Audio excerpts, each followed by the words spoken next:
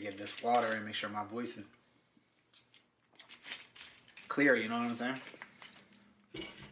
Loosen up. Let's get this intro going.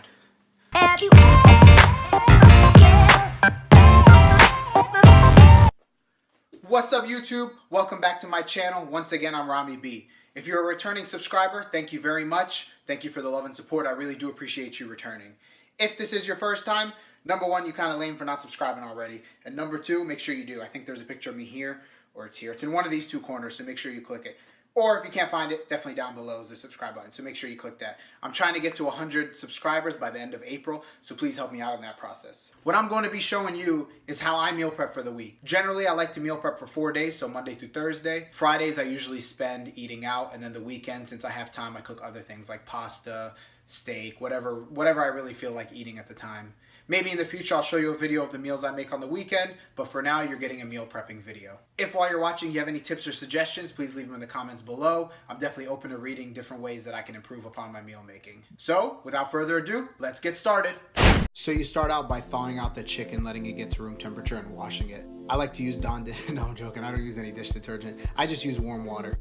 The spices I'm going to be using is KC Yum, house seasoning, garlic herb, and Jamaican jerk seasoning. I'll get into more of what those taste like once I start seasoning the chicken.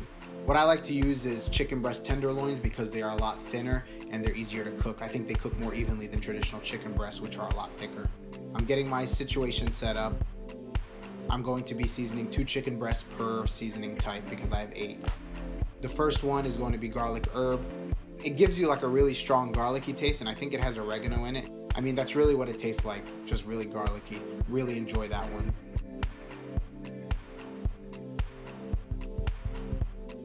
I like to wash my plates so the seasoning doesn't carry over to the next chicken breast. The second one I'm using is KC Yum, which is like a smoky but sweet seasoning. I really enjoyed that one. I ran into it when I was shopping and I was like, you know what, this might be really good. So I got it. The third is house seasoning. I'm not really sure how to explain that one, but I think it's salt, pepper, maybe a little bit of Cajun in there. Works great with seafoods, chicken, and steak. Really love the flavor. It's very rich. And then the last is Jamaican jerk seasoning, which is almost as good as traditional jerk sauce. It does give you that spicy and sweet flavoring, but I don't know, it's amazing. That's probably my favorite one to use when I'm cooking chicken. Then what I do is put them in the container. I like to drizzle a little bit of olive oil on it and then let it sit overnight. Close it up and let it sit. Now we got the George Foreman set up. This is the next day now, and just letting it heat up. Until then, just enjoy some entertainment from me. Ella no me quiere, ven y dímelo en la cara. Pregúntale a quien tú quieras. Mira, te juro que eso no es así. Yo nunca tuve una mala intención. Yo nunca quise burlarme de ti. Conmigo ves, nunca se sabe. Un día digo que no hay otra. Once the George Foreman is ready and set to go, I just kind of put the chicken breast on it, fold it over, close the cover, and just let it sit. I like to check it periodically because sometimes the chicken does stick to the top, so I just want to make sure it doesn't. Rotating it a couple of times in the process. Just feeling it to make sure that it's not too hard or not too soft. It's pretty self-explanatory, so we'll just watch and see how I go through the process. If I was using regular chicken breasts, the outside will be way too hard and the inside will still be soft. Typically when I use regular chicken breasts, I have to give it that butterfly cut in order to do that, but these chicken breast tenderloins are a lot easier for me.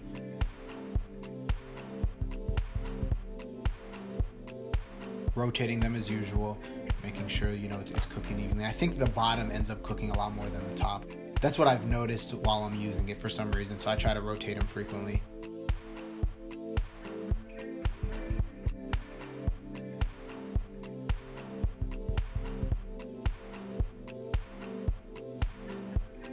So far I cooked the garlic herb, the house, and the KC Yum. Next is Jamaican jerk.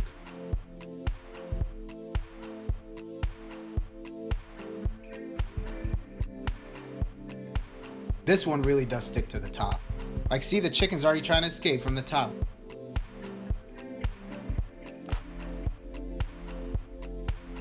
Cooking both sides and then making sure the edges are good. And then that is done. See what it looks like? Amazing.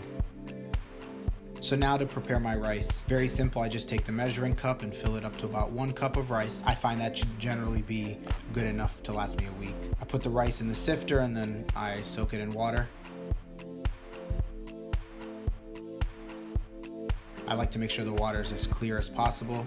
Usually when I first start running the water through it, the water ends up being a little hazy and a little foggy. So I tend to run it in the water for some time to make sure that it's really clean.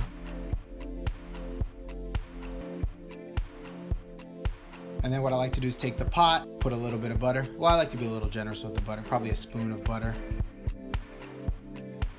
And then just let it sit in there until it melts. And then once it melts, I like to put the water in and let it boil. You know the rule, 2 cups of water for every cup of rice. So we'll let it boil, and until then, back to some entertainment from me. Con mi cuerpo un Tú eres egoísta. puro chantaje, puro chantaje. Siempre es a tu manera. Yo te quiero aunque no Tú eres quieras. puro chantaje, puro chantaje. Vas libre como el aire. No soy de ti ni de nadie. So once it's boiled, I put the rice in. When I'm taking it in from the sifter, it ends up being stuck to the sifter, so you know you gotta smack it out and kind of put all the loose particles into the water. Close it, put the heat on low, and just let it sit. Generally, I find that 12 to 15 minutes on the stovetop is pretty good.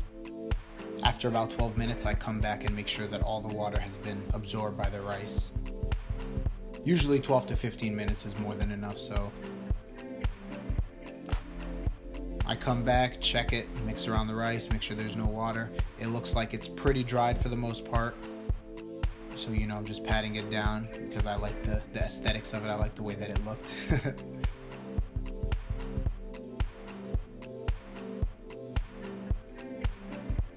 See how nice and silky it is?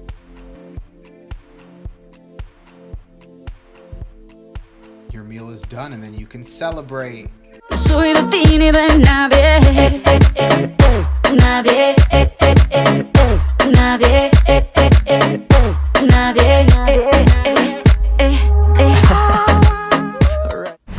And we're back from the meal prepping. Hope you enjoyed the way that I prep my chicken and rice. As you can see, I'm not like Chef Gordon Ramsay, or should I say Chef Gordon Ramy.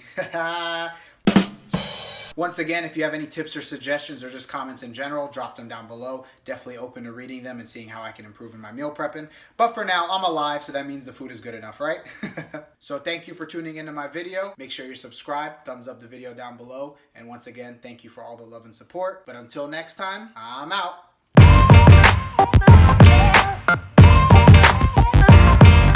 You